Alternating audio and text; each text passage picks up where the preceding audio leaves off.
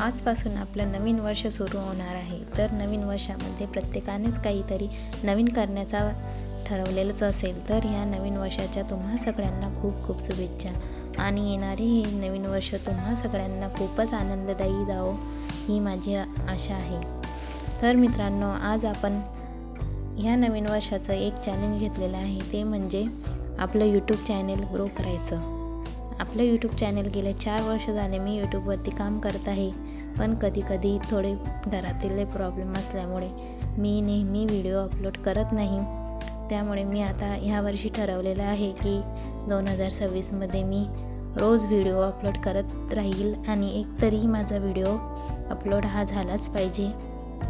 ह्या नवीन वर्षामध्ये आपण जे ठरवलेले चॅलेंज आहे ते कसं पूर्ण होईल आणि आपण ह्या नवीन वर्षामध्ये कसे चांगल्या प्रकारे गेल्या दिवसांचं सगळं काही विसरून नवीन सुरुवात कशी करू शकतो हे मी तुम्हाला आज सांगणार आहे. आणि त्यासोबतच आज आपण बनवणार आहोत सोयाबीन मसाला भाजी.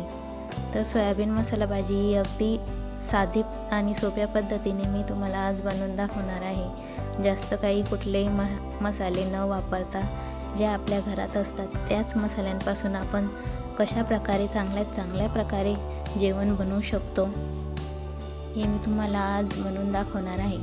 तर आपण इथे 3-4 छोटे कांदे घेतलेले आहे, ते मी भाजून घेणार आहे. आणि सोयाबीन तुम्हाला तर माहितीच आहे, अगोदर ती उकडून घ्यावी लागते.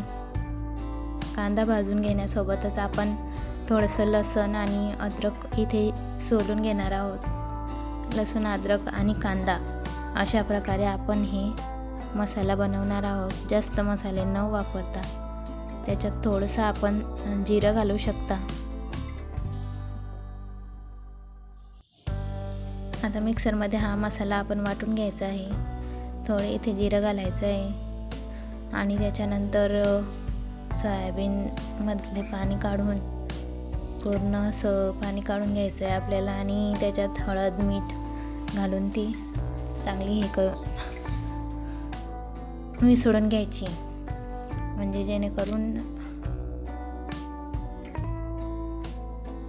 या नवीन वर्षामध्ये तुम्ही ज्या नवीन प्लॅनिंग केलेलं असतील की कुठे जायचं आहे, कुठे फिरायला जायचं आहे, काय करायचं आहे, नवीन आपल्या आयुष्याची सुरुवात आपण कशी करू शकतो हे मी तुम्हाला सांगणार आहे.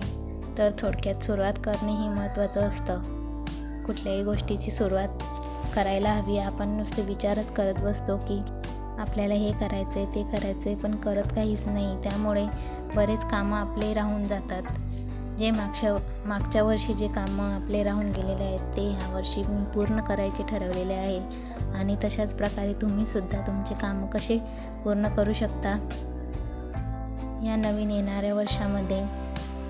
तर एक नियम बनवायचा आहे आपल्याला. रोज थोडं का होईना 1 तास तरी आपल्या कामासाठी आणि आपल्या स्वतःसाठी आपण काढायलाच हवा. ज्या गोष्टीची आपल्याला आवड असते, ज्या गोष्टीचा आपल्याला छंद असते, ती गोष्ट करण्यासाठी निदान दिवसातला 1 तास तरी आपण स्वतःसाठी वेळ द्यायलाच हवा.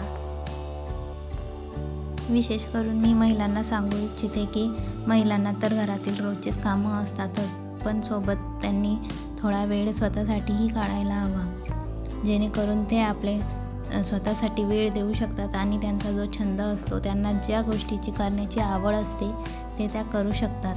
तसेच ह्या रोजच्या धावपळीच्या जीवनामध्ये आपण आपल्या स्वतःसाठी वेळ न देता बरंच काही आपलं राहून गेलेलं असतं आणि मग नंतर त्याची आपल्याला हळूहळू जाणीव व्हायला लागते. जेव्हा आपलं वय होत जातं तेव्हा आपल्याला कळायला लागतं की आपलं जे करायचं होतं ते राहूनच गेलं. आपली आवड, आपला छंद जे आपल्याला करायचं होतं ते राहूनच गेलेलं आहे. तर त्यासाठी या आयुष्यामध्ये आपण स्वतःला निदान 1 तास तरी वेळ द्या. तुम्ही स्वतःची इच्छा तुम्ही पूर्ण करू शकता जर का ठरवलं तर. सोबतच आपली मसाल्याची भाजी झालेली आहे बघा. सोयाबीन मसाला चांगला परतून झाल्यानंतर त्याच्यात सोयाबीन घालायचे आहे आपल्याला. थोडंसं मीठ घालायचं आहे त्याच्यात. मिठामुळे कशी पदार्थाला चव येते, तसंच आपल्या आयुष्यामध्ये थोडंसं मीठ घालणारी लोकंसुद्धा पाहिजे, जेणेकरून आपल्या आयुष्याला थोडी चव येईल. कधी काय होतं माणसाच्या आयुष्यामध्ये पूर्णपणे जेव्हा तो खचून जातो तेव्हा त्याला कळतं की कोण माणसं आपले आहेत आणि कोण परके आहेत ते. पण त्यामुळेच आपल्याला आयुष्य जगण्याची नवीन दिशा मिळते.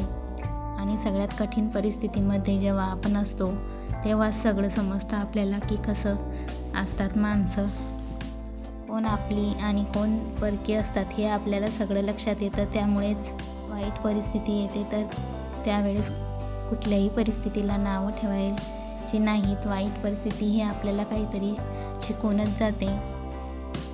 त्यामुळे वाईट परिस्थितीत कधीही खचून जाऊ नका आणि कुठलाही असा निर्णय घेऊ नका की ज्यामुळे पश्चाताप करण्याची वेळ येईल. त्यासाठी नेहमी आपल्या वाईट दिवसांमध्ये आपल्याला कोण साथ देतं आणि कोण आपल्यापासून लांब होतं हे लक्षात ठेवायला हवं आपण. आणि तेव्हाच आपल्याला माणसांची खरी ओळख पटते. तर आयुष्यामध्ये आपल्याला नवनवीन गोष्टी शिकायला मिळतात आणि त्यापासून आपण शिकतच राहायला हवं. कुठलीही परिस्थिती ही कायमस्वरूपी कधीच राहत नाही. कधी सुखाचे दिवस तर कधी दुःखाचे दिवस हे येतच असतात आयुष्यामध्ये. तर जेव्हा दुःखाचे दिवस येतात तेव्हा खचून जाऊ नका आणि सुखाचे दिवस आल्यावरही जास्त उद्मात करू नका. परिस्थिती ही काही नेहमी सारखी राहत नाही. सुख येणार आहे तर दुःखही येणार आहे आणि सुख जाणार आहे तर दुःखसुद्धा जाणार आहे, हे नेहमी लक्षात ठेवा. तर आपला सोयाबीन मसाला हा तयार झालेला आहे आणि सोबतच मी इथे मस्तपैकी 4 पोळी अशा चपात्या केलेल्या आहेत, टम्म फुगलेल्या. आणि आजचा आपला हा नवीन वर्षाच्या खूप खूप तुम्हाला शुभेच्छा. आणि आपला सोयाबीन मसालासुद्धा तयार झालेला आहे. तर ह्या नवीन वर्षामध्ये काहीतरी चांगलं आपल्या हातून घडावं हीच मी देवाच्या चरणी प्रार्थना करते. आणि आपल्या चॅनेलला तुम्ही सबस्क्राईब करून घ्या अशाच नवनवीन रेसिपींसाठी. आणि नवीन नवीन गोष्टी माझ्या चॅनेलवरती तुम्हाला शिकायला मिळतील. या नवीन वर्षामध्ये मी अपेक्षा करते की मी काहीतरी नवीन तुम्हाला शिकवू शकेल. धन्यवाद.